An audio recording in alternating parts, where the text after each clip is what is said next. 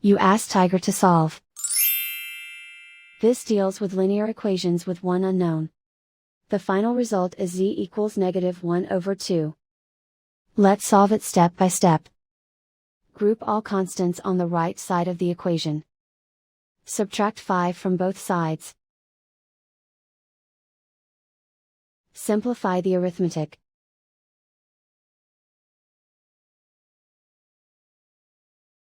Isolate the z. Divide both sides by 10. Simplify the fraction. Find the greatest common factor of the numerator and denominator. Factor out and cancel the greatest common factor. And so the final result is z equals -1/2.